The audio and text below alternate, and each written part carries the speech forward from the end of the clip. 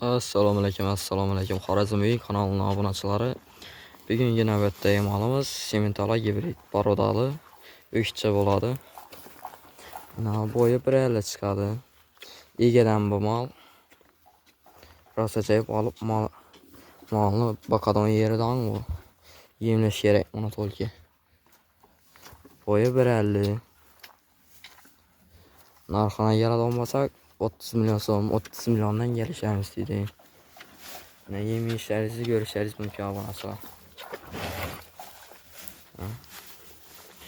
Rosa ajoyib olib boqish kerak to'lkadan.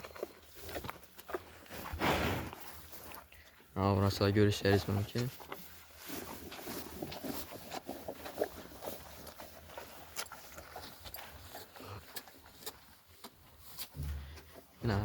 Egasini adı Zaferbek bo'ladi. Ish o'rdan nomerlarini qo'yib qo'yamiz ekranda.